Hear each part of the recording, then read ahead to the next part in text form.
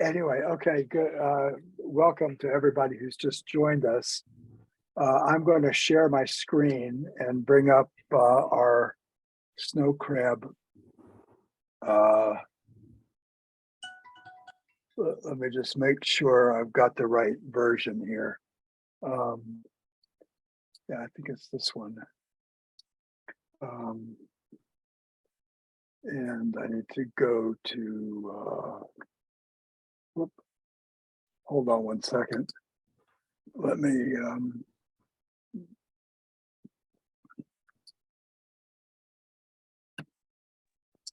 We didn't give you much time to convert. That's fine, John. okay, that's good. Oh no, this is the lobster one. Sorry, here we Yes, go. that was lobster. Snow crab is all set now.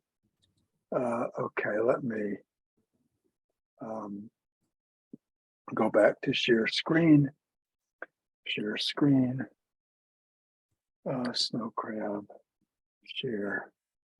And We see it now. Full screen. Yep. Okay, there we go. Good. Okay. Well, yes, let's talk about snow crab.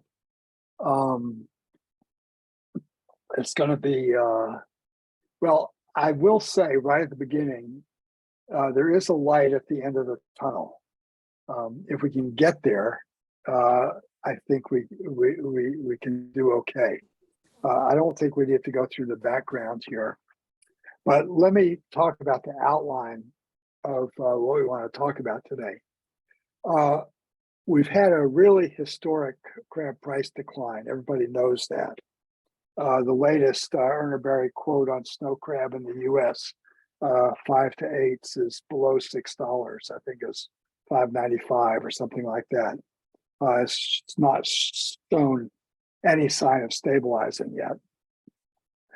This is because we had a big inventory buildup after a record year in 2021 and thinking that we're going to have a strong season in the first part of 2022. And then the customers just fell away and we were left with a pile of unsold crab. So I want to talk about retail and food service usage. I want to talk about Japan. Japan is actually one of the bright spots that we can think about for this year. I want to talk about the snow crab experience of 2022 and 23, supply and trade issues, the economic outlook, and finally, let's talk about, can the crab market recover in 2023 and what that would look like. And then we'll have some time for questions and discussion. So this is the bad news. From January of 2022, all the way through the opening of in the spring, all the way through the spring, a little bit of stabilization in the fall, and then once people started selling their inventories again at any price, a further decline that's continued right up until this week. We all know that's the situation. This price decline is unprecedented. As you can see, this chart only goes back 10 years, but the only other time that snow crab has behaved like this was in 1997 and 1998, when Canada had just begun kind of a snow crab fishery, and then Alaska came in with 200 million pounds one year and 350 million pounds the next year. And that year, prices declined by about the equivalent, about 60%. And I think in August of, I think in 1997, if I remember my history, this is how I got involved in the industry. There was a strike in Newfoundland. The season didn't even open until August. And that was a reaction to the precipitous drop in market prices. And following that lost season is when the governments started trying to address snow crab issues. Anyway, so since 1997, we haven't seen anything like this. What caused it? Well, what caused it was a huge buildup in inventory, and that inventory, which is really expensive to carry, crashed prices. And we don't have anybody telling us exactly what the inventory is, but there's several different things that we can use to tell us the inventory situation is much worse than it has been in other years. And one of them is I built this disappearance model for Canadian snow crab. And what this shows is the product weight of production in a given year, and then the total US exports that year, the total exports to other countries, and an estimate of Canadian consumption. And that difference that's not the actual inventory number, but it's an indication of how different this year is than last year, the year before that.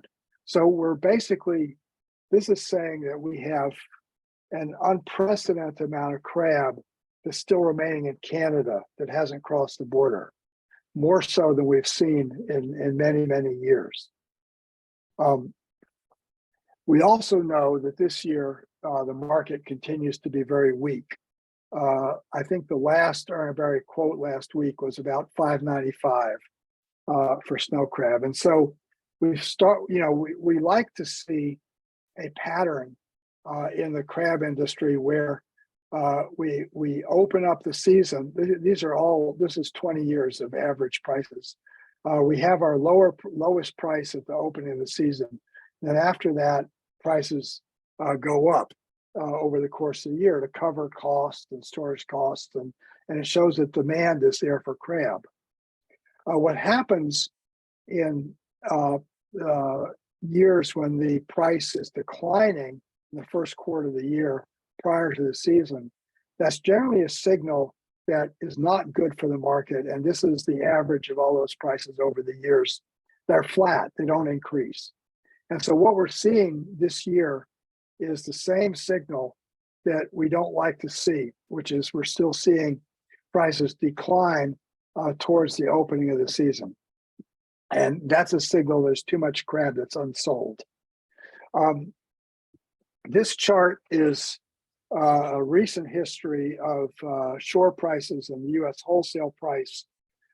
These are not complete, obviously, but I want to, Quebec pricing, I think I have till fairly recently. Newfoundland pricing, we have to fairly recently.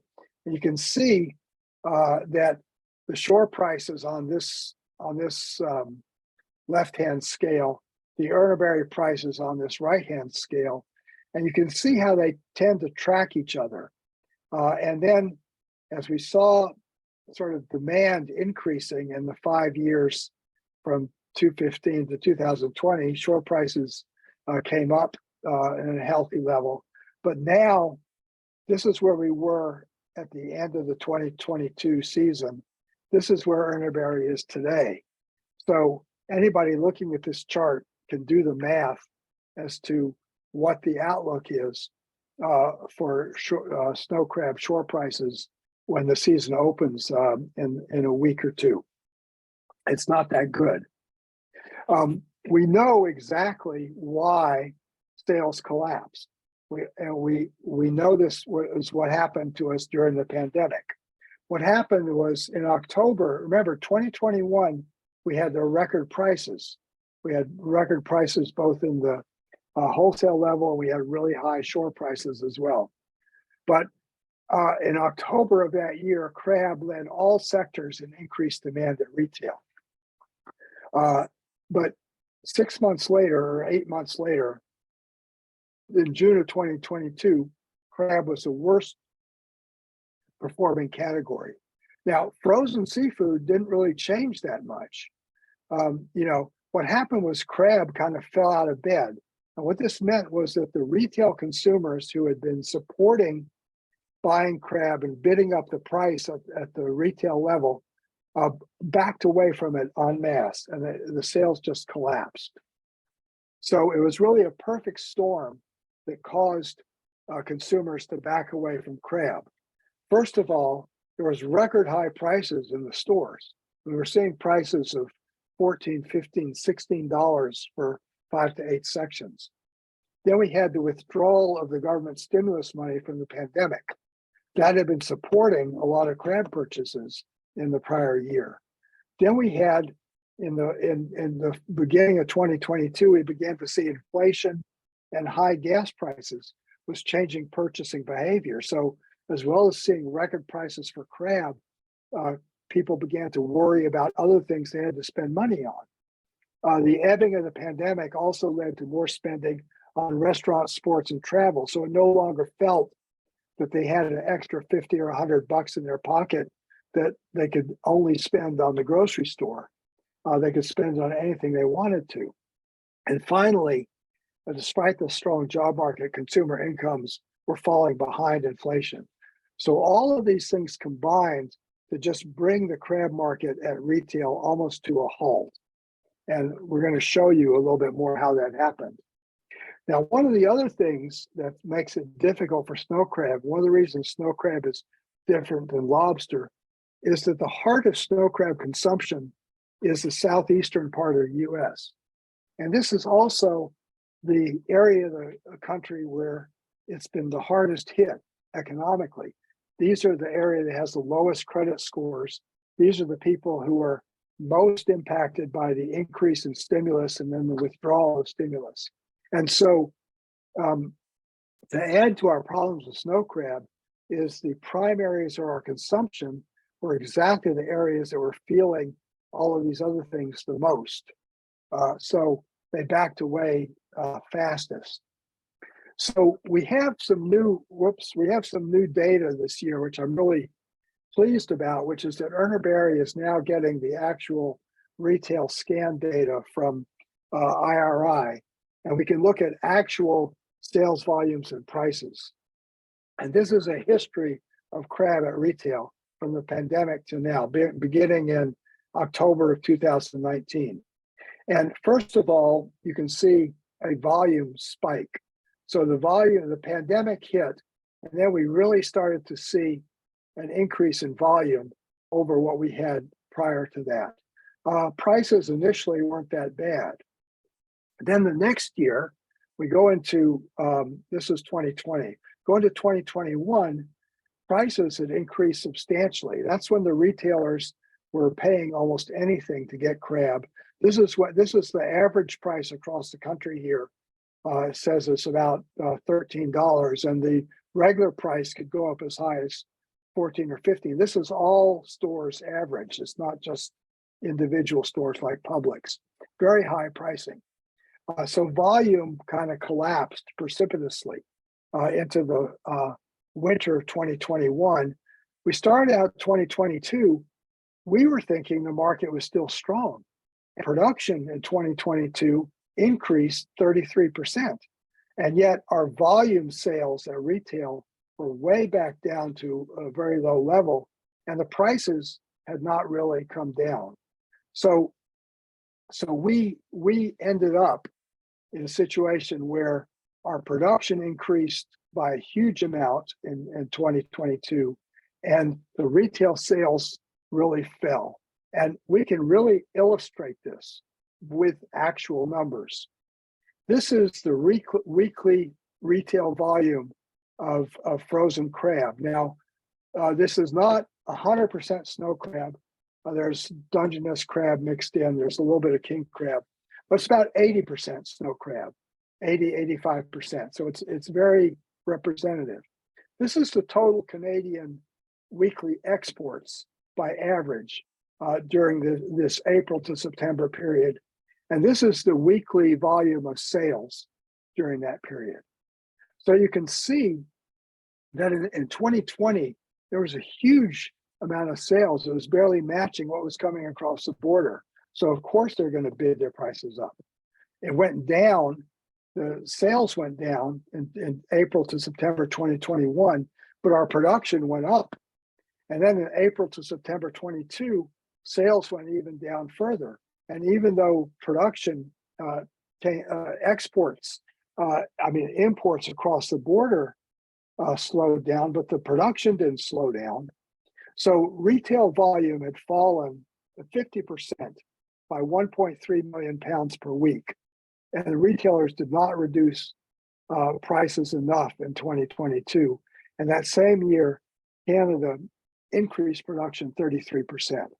So basically, the situation that we're in is that we have to increase retail sales around the level of 1 million pounds a week or more to get back to what would be a healthy crab market. Now, the one thing that is happening is that since December, January, we've finally seen some more price movement on the part of the retailers, and we've seen a higher level of promotion. And there's some indications that more crab has been moving at these lower prices, and that's what we have to hope carries through into the market for this year. But snow crab is still more expensive than steak. I mean, this is a weekly ad from Giant this year. $10.99 is not going to cut it as a price that's going to move product. So we need to ask ourselves, what would it take to increase retail sales volume by 1 million pounds a week? Because without that level of sales velocity, we're just not going to be able to clear out inventory and have a new season. Food service sales are not going to help us. We're really talking the retail sector is where we really have to focus. On food service, crab declined 1.4%. Again, it was affected by all the stuff that's affecting restaurants, and it was affected by the high prices. We do see some benefit in lodging and casino sales, which I'll talk about a little bit. They might respond to crab promotions this year, which was a potential bright spot. I talked about this with lobster. Inflation is changing behavior at restaurant level, and the decline in inflation currently is a positive, but we're still seeing a lot of resistance to eating out, and we're seeing a lot of people who still won't go back to a restaurant after COVID. In the U.S., that's about 20% of all customers, and it's higher than that in the baby boomer demographic that likes seafood. Nevertheless, the restaurant operators' outlook is improving. So they hope that that's going to get better in the next 6 months. But even with better food service sales, that doesn't solve the volume that we need for snow crab. Now, one thing that does help a lot is that last year, when the with the war in Ukraine and the Russian crab embargo, we thought that Japan was going to be almost a lost cause. We thought all of the Russian product, snow crab, that did not go into the U.S., it was going to go to Japan, was going to outcompete Canadian crab. Well, a lot of it did go to Japan. What you can see here is the increase in Russian snow crab to Japan from last year, but it didn't really affect the Canadian volume. The Canadian volume stayed increased slightly as well. This is imports of brine frozen crab. Now, one of the things that we saw that supports this is crab meat usage is increasing in Japan after sort of falling down for several years. And the last couple of years, it's kind of come up fairly significantly in terms of the percentage of Japanese crab imports that is accounted for by crab meat. And because the Japanese have been increasing their purchases of crab meat, it's maintained their desire to get Canadian snow crab. Now, the reason here is that a lot of the Russian snow crab is produced on board vessels, so they cook it in brine, and it has a higher salt content. And it's not really as suitable for a Maris leg sushi type meat or a hot pot as a Canadian snow crab, which is cooked in fresh water. And so this has meant that the Japanese have continued to prefer Canadian brine frozen for meat picking in Asia.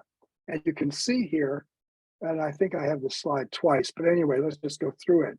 This is exports to China, exports to Japan.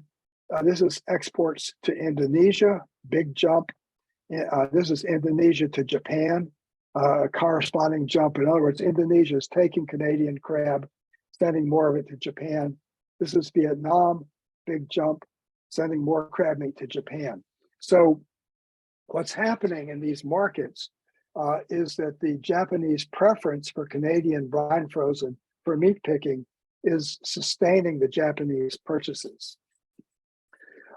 We do expect to see some increase in snow crab quotas, mostly in area 12. I've figured about 7 or 8% increase. It could be more than that. Newfoundland, they're still talking about what the increase might be.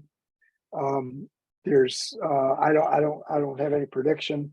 Biologically, the stock will support an increase. Whether the market wants that increase is another question. The other thing we have to worry about with snow crab is the early opening of the season, because with the less ice coverage and the sort of expectation this year is that we're going to get started very quickly, very fast. And one of the reasons for this is that the companies that produce both crab and lobster see the opportunity to sort of use their snow crab workforce in April and then shift part of that to packing lobster in May. And so there's going to be a lot of interest in getting snow crab ashore so the plants can pack it. But if we have a high volume in April, we still have to face what's going to move that through the market.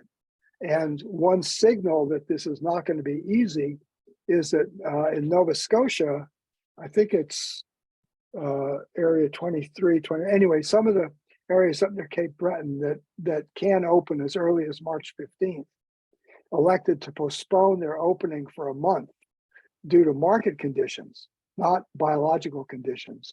And so we're looking at a issue here where we're going to have a big rush to start the fishery, and the market is going to be very weak as that product comes ashore. This is the April exports by province, just to show you what range we're talking about. Newfoundland, Nova Scotia, this is New Brunswick. We had less exports in 2022. This was the year when everybody was hot to get snow crab. But I think that realistically, we're going to be in this high range, at least in terms of production. Now, whether it's going to get across the border is another matter. If we zoom out and look at the whole global picture of snow crab, supply is very, very stable. There's a little bit of increase in the Barents Sea in Norway of about 1,500, 2,000 tons or so. There's going to be some increase in Canada. The Russian Far East and Russian Barents is pretty stable as far as I can tell. So we're not looking at any global reduction in overall snow crab. Now, the US snow crab supply fell significantly in 2022. I mean, you can look at this and this is just precipitous. But the problem here was that a lot of that crab just never crossed the border. And so that was one of the reasons why the snow crab supply for 2022 is down. Now, in the last couple of months, some of that crab is crossing the border and the situation is improving. I want to show, let's just talk about Japan for just a second. This is brine frozen snow crab. I think I already discussed this. This is Canadian raw production for Japan. That's another market that is stable. The Japanese are going to buy raw Canadian crab again because they can prefer that to what they can get from Russia. So I think the Japanese market is going to be and they'll respond to pricing. So I think they'll be a good anchor for this year. And we've also seen how this demand of crab meat is leading to more Canadian exports to Asia. So this trend of shipping to Vietnam, shipping to Indonesia, shipping to China should increase, should continue again in 2023. Now, Russia, what's happened to Russia? Well, this is the US imports of crab from Russia up until the ban. Here we have 2022. Some crab came in. Well, what happened is the other areas that Russia sells to, China and the Asian countries, all increased their crab purchases as Russia decreased their crab purchases from the US. And as Russia's a lot sells later in the year, that was sold at lower prices. Now, one of the things that's helping our situation right now is that the Russian crab and Canadian crab were very opposite each other in terms of their cyclical export crossing the border. As you can see that in September through November and January through March, Russia supplied 70 to 80% of the crab coming into the US during those months. The Russian ban, that's now been taken up by Canada. So this is helping to clear out some of those sales. So this is the sales in September, October, November, December of 2022 and 2023. And you can see how much higher it is than what it was when the Russian crab was also coming in during this period. So, so the fact is we've cleared, maybe 3 million pounds out of that inventory in January, and that's very healthy. And that's continued in February and March to my expectation. We don't have census numbers, but that is helping drive down that excess in inventory right now. One of the reasons that it's helping to drive down is that the prices have fallen to a level where some customers are thinking that they can move crab again. Consumer expectations, this is the US economics. We'll talk about consumer expectations have improved since the fall of 2022 when things were at the low point. That's healthy. Bank credit, this is, I think, kind of a scary graph because it shows that the loans are still running the same level even as deposits have collapsed.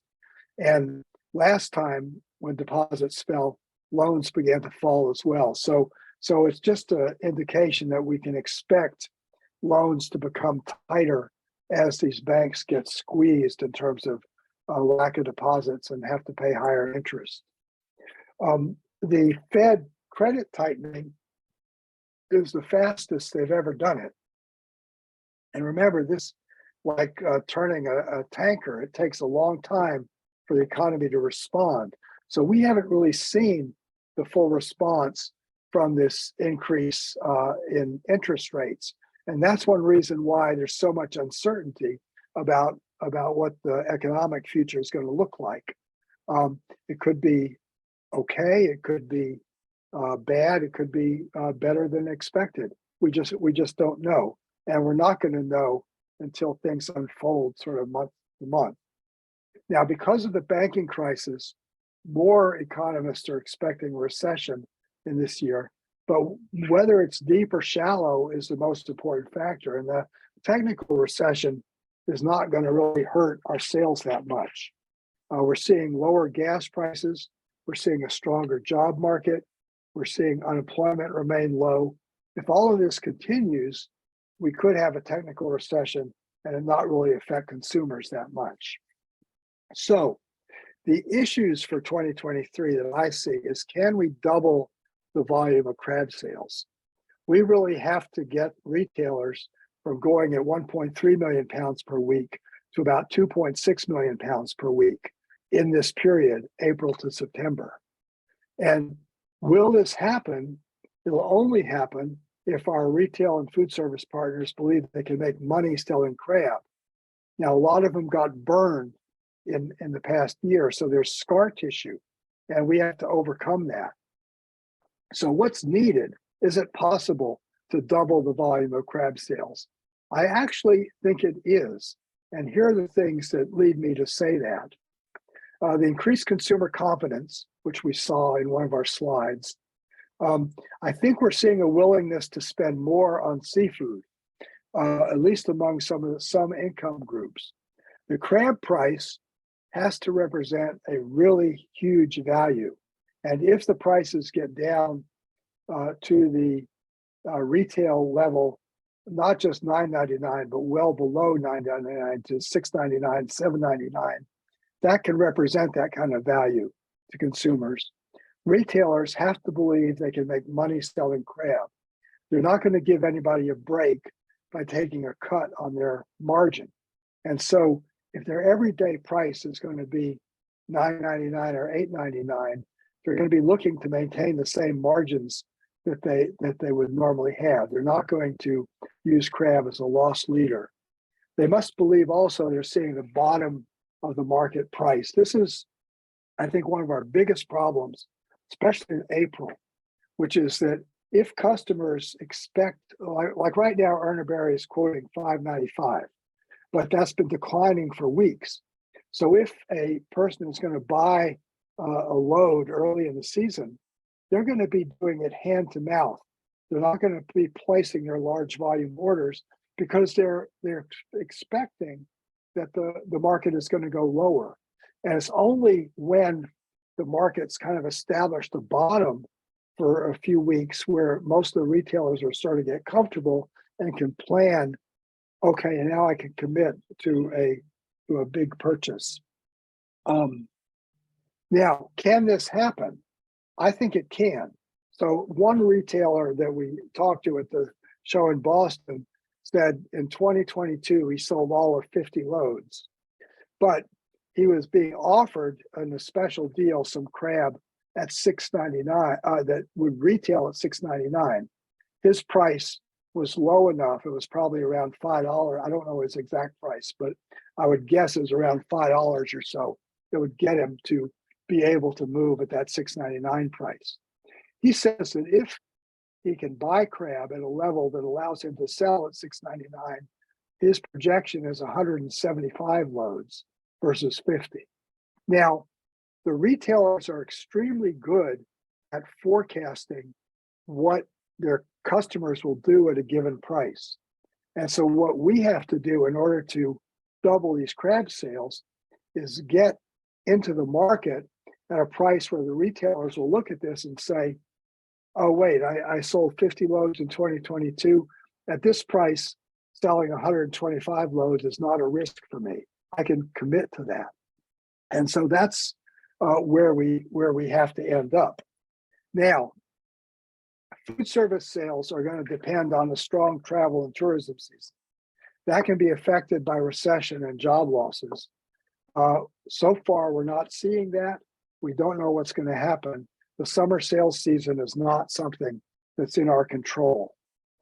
The problem I alluded to before is that the retailers are not going to move early in the season. They're going to have to be convinced that what they're seeing is real, and they're not going to get into a situation where they're stuck with product that is higher priced than their competitor. And it's not the level of price that makes a difference. It doesn't matter if it's $6.99 or $7.99 or $8.99 or whatever. The retail pressure is his competitor at the same price. Because if you have two grocery stores, let's say, competing in Atlanta, and Winn-Dixie commits to run a crab special, and they come out at $7.99 because they bought, let's say, at $5.75 or $5.50 or whatever, and then Safeway or Publix or somebody else waits 2 weeks and buys at $5.25, and they can come out at $6.49, and all of a sudden the Winn-Dixie promotion is not nearly as competitively advantageous as it was, and so they're scared to get into this situation where somebody else will buy crab lower than they can. So that's why they tend to hold back until there's some sort of certainty, until market bottom is established. So this is putting a lot of pressure on harvesters and processors to agree on a price that's going to be stable, a price that is sufficient to keep product moving through the market, but is also enough to give the buyers confidence that it's not going to change. Because if they see it changing, they're going to pull back and wait and see what's going to happen. And we can't afford right now for them to pull back and not take product. So I still think there's a path forward. We've seen increases in exports to make up for the Russian crab in the US market. We've seen that retail sales are showing some responsiveness to lower prices. And not everybody at the seafood show agrees. I mean, there are a lot of retailers who came to the seafood show and say, I'm still not touching this. But we don't know how fast this sentiment might change.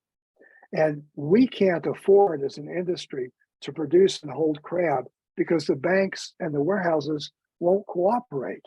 A lot of warehouses right now are restricting the entry of snow crab. So for example, another thing I heard at the show was a guy who sold 6 loads to a casino, right? The casino customer. He has a verbal okay on the order. It's all set. The only holdup is that the casino guy has to go back to his warehouse and see if he can get the space. And the warehouse tells him, you can take 1 load in and 1 load out. And if we don't see you pulling out a load, we're not going to accept your next load in, because they're just not willing to expand the amount of space that they're already using on frozen crab. So we have to have product at a level where the movement is going to be fast enough to turn.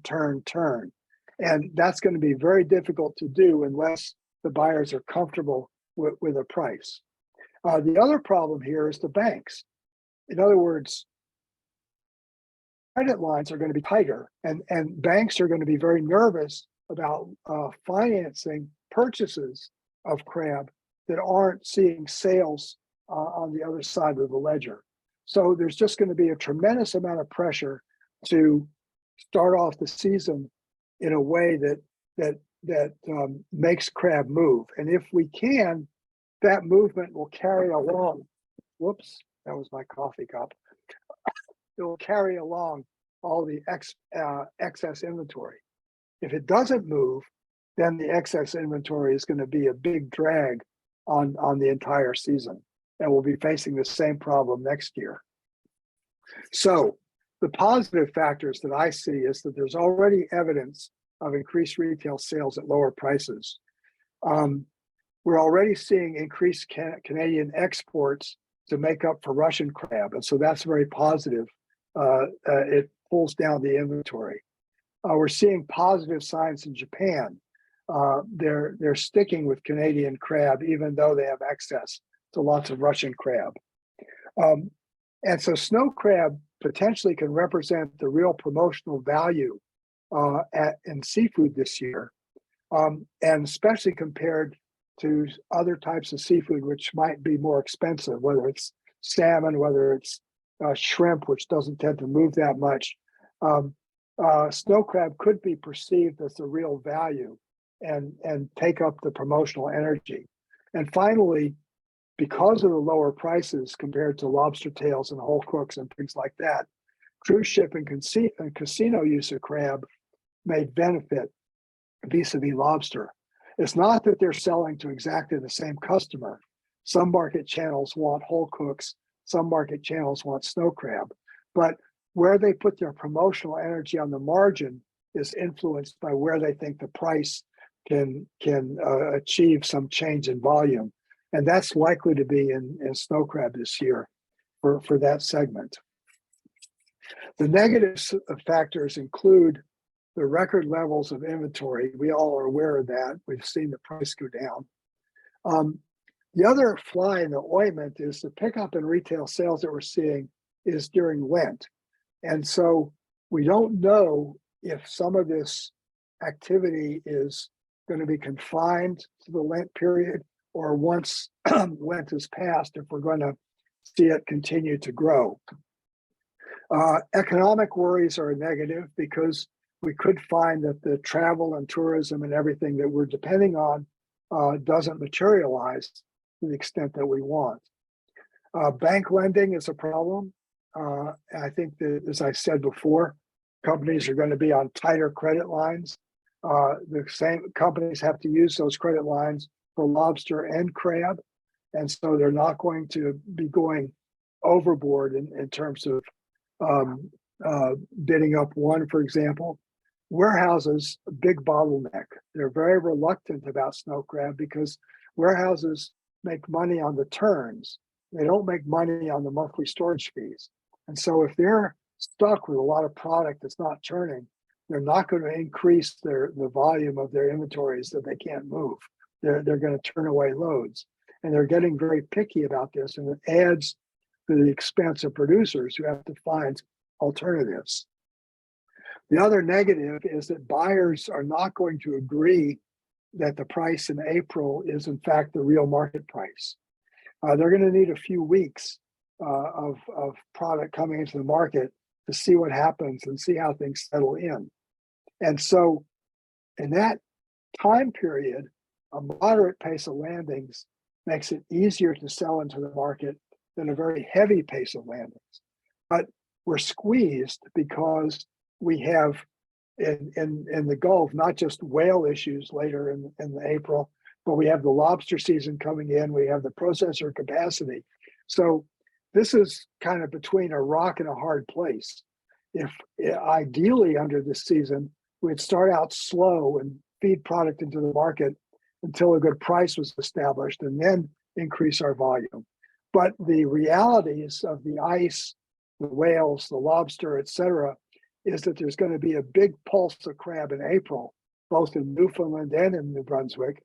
And so we're going to have to deal with the market at a time when there's crab coming in large volumes, week by week. And I don't know what the answer is, but I think that's a dilemma. So that is my summary. And I'm really happy to take some questions and have some discussion because it's a difficult picture and it requires a lot of adjustment. The only thing I'm going to say is I do see a way out of this. It's not going to be here forever. So thank you very much. Well, thank you, John. Very interesting. So we do have almost 15 minutes for questions. I do see one came in already. So the question from Manon Mallet is asking, expanding snow crab markets outside the US would certainly help excess inventories. Any suggestion as to why there's not seem to be any snow crab market in Europe? That is a great question because I feel that the European market could take snow crab. And the Norwegians have been trying to sell snow crab into the European market. The dilemma is that it's very expensive to introduce the product in Europe.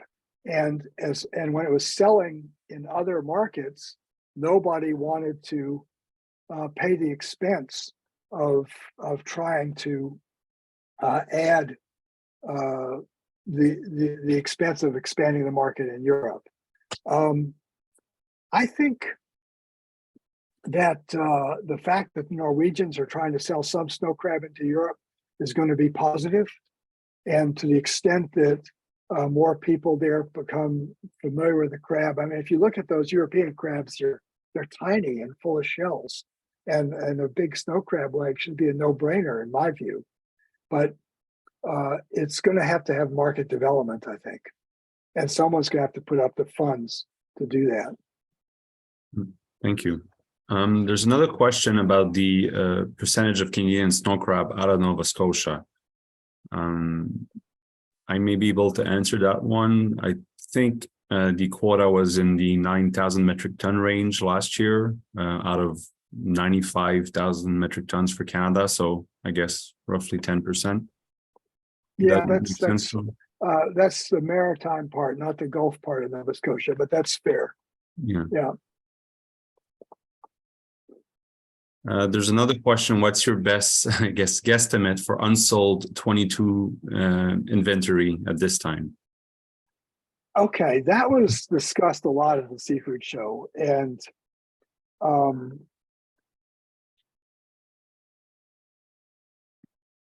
there were figures that were bandied around that as much as 10,000 tons was unsold, of which maybe 3,000 tons might still be in Canada.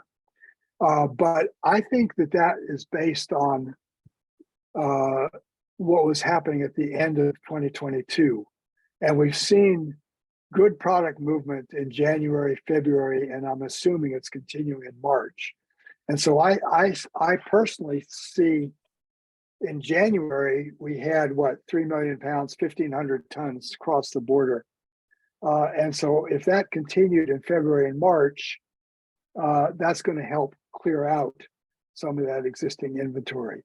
So we're still going in with an inventory problem, but it's probably lower than what those really high estimates were that were being bandied around a few weeks ago. All right. I don't see any other question. Maybe in the meantime, you did talk about the increase of snow crab meat production in China, Southeast Asia, usually mostly for the Japanese market. Do you see potential for increase there, and to address maybe the timing issue of having crab later in the year? Could there be a possibility of developing a market in North America or Europe, as we just talked about earlier, for snow crab meat, kind of addressing the timing difficulties of movement? Well, actually, snow crab meat used to have a big market in the U.S. and there is interest, and there are, some of the crab that goes to China for meat picking doesn't come back to Japan; it comes back to the U.S. And crab meat itself has been a very sort of volatile. Blue swimming crab or Asian crab meat. It's very volatile as well, and I certainly think that there are opportunities to improve the usage of snow crab meat in the U.S., but it's price dependent, because the market disappeared, 20 years ago when section prices got up in the $5 and $6 range, and that made the snow crab meat too expensive. Well, we might be getting now back to the level where it makes sense to do more meat processing, and that's another way to help use up some of that product. I also think China is a potential market for retaining snow crab as frozen clusters and legs, because it's very amenable to being sold online and in the same distribution channels. And so that's another possibility that's of the Chinese imports. Yeah, could alleviate some pressure on cold storage for sure. Yeah. I don't see any other question. Again, we still have a bit of time, but as we did for lobster, if there are any other questions later, you could always email me or Nicole Anlin, and we can share those questions to John.